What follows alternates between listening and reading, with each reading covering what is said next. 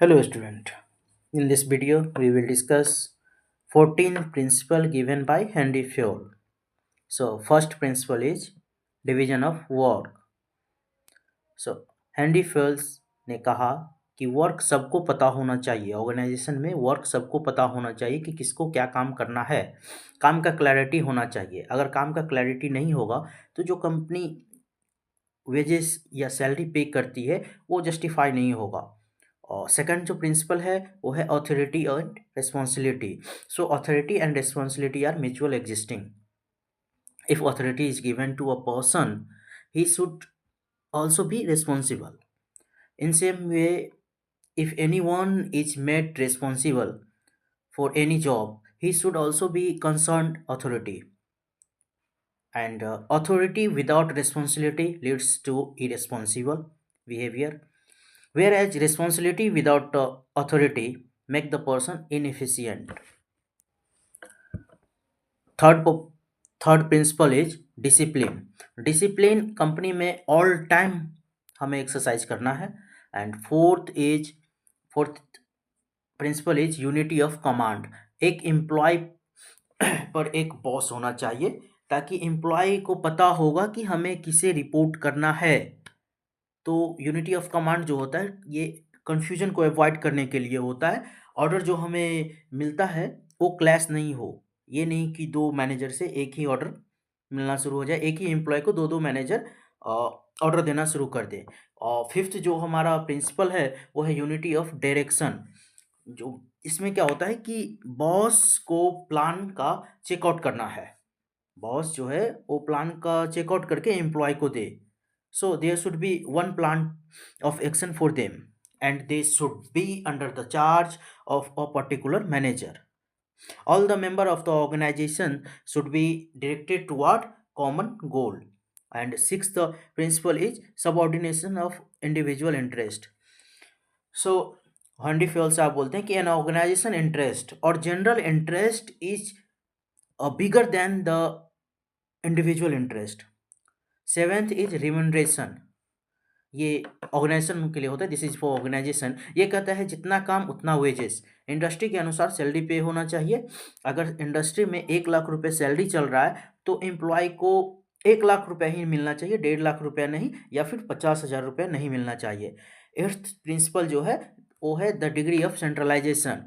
ये पूरी कंपनी का स्ट्रक्चर होता है, इसके अनुसार एम्प्लॉय को ऑपरेट करना होता है।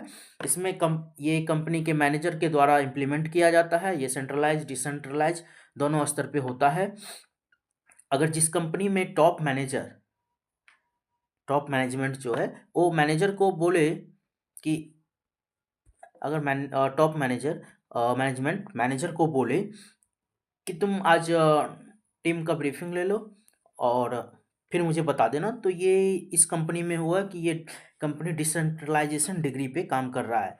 वहीं पे अगर टॉप मैनेजमेंट बोले कि सारे टीम को एक साथ खड़ा करो, वो भी सुनेगा, तुम भी सुनोगे, तो ऐसी कंपनी में सेंट्रलाइजेशन डिग्री हाई होता है। कंपनी में जो है सेंट्रलाइजेशन या डिसेंट्रलाइजेशन के लिए कोई टाइमिंग फिक्स नहीं होता। ये 1 साल के लिए भी हो सकता है, 5 साल के लिए भी, 10 साल के लिए भी, या फिर कभी भी चेंज हो सकता है। ये मैनेजमेंट के अकॉर्डिंग होता है। ये कोई हार्ड एंड फास्ट रूल नहीं है कि कंपनी में सेंट्रलाइजेशन रखना है या फिर डिसेंट्रलाइजेशन रखना है। और नाइन्थ प्रिंसिपल है स्केलर चेन। स्केलर चेन इस बात पर फोकस करता है कि रिपोर्टिंग सीधे सीधे होना चाहिए। मार्केट अगर किसी भी डिपार्टमेंट का जो बॉस है उसी डिपार्टमेंट का रिपोर्टिंग लेगा। लाइक मार्केटिंग डिपार्टमेंट का रिपोर्टिंग डिपार्टमेंट का बॉस ही लेगा, दूसरे डिपार्टमेंट का रिपोर्टिंग नहीं लेगा। और टेंथ प्रिंसिपल है ऑर्डर। तो ऑर्डर जो है वो प्रॉपर एंड सिस्टमेटिक अरेंजमेंट में होना चाहिए।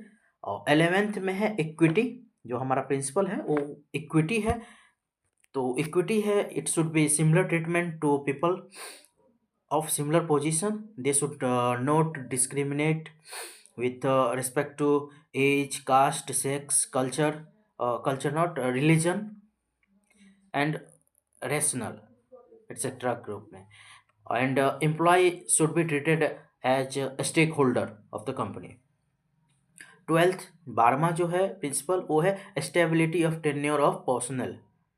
और फ्यूल साहब बोलते हैं कि employee should not be moved frequently from one job position to another. Employee के जॉब की स्टेबिलिटी होना चाहिए, कंपनी एम्प्लॉय को जॉब की स्टेबिलिटी जरूर दें। डैट मीन्स कि जॉब से तुरंत नहीं निकालें, उनको कुछ दिन रुकना चाहिए।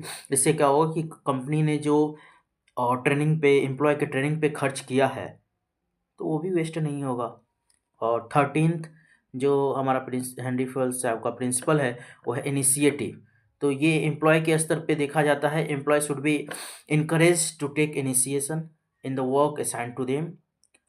दे can be encouraged with the help of monetary and non monetary incentive. Means कि एम्प्लॉय को इनकरेज करना है, जो उनको काम मिला है उनको करने के लिए।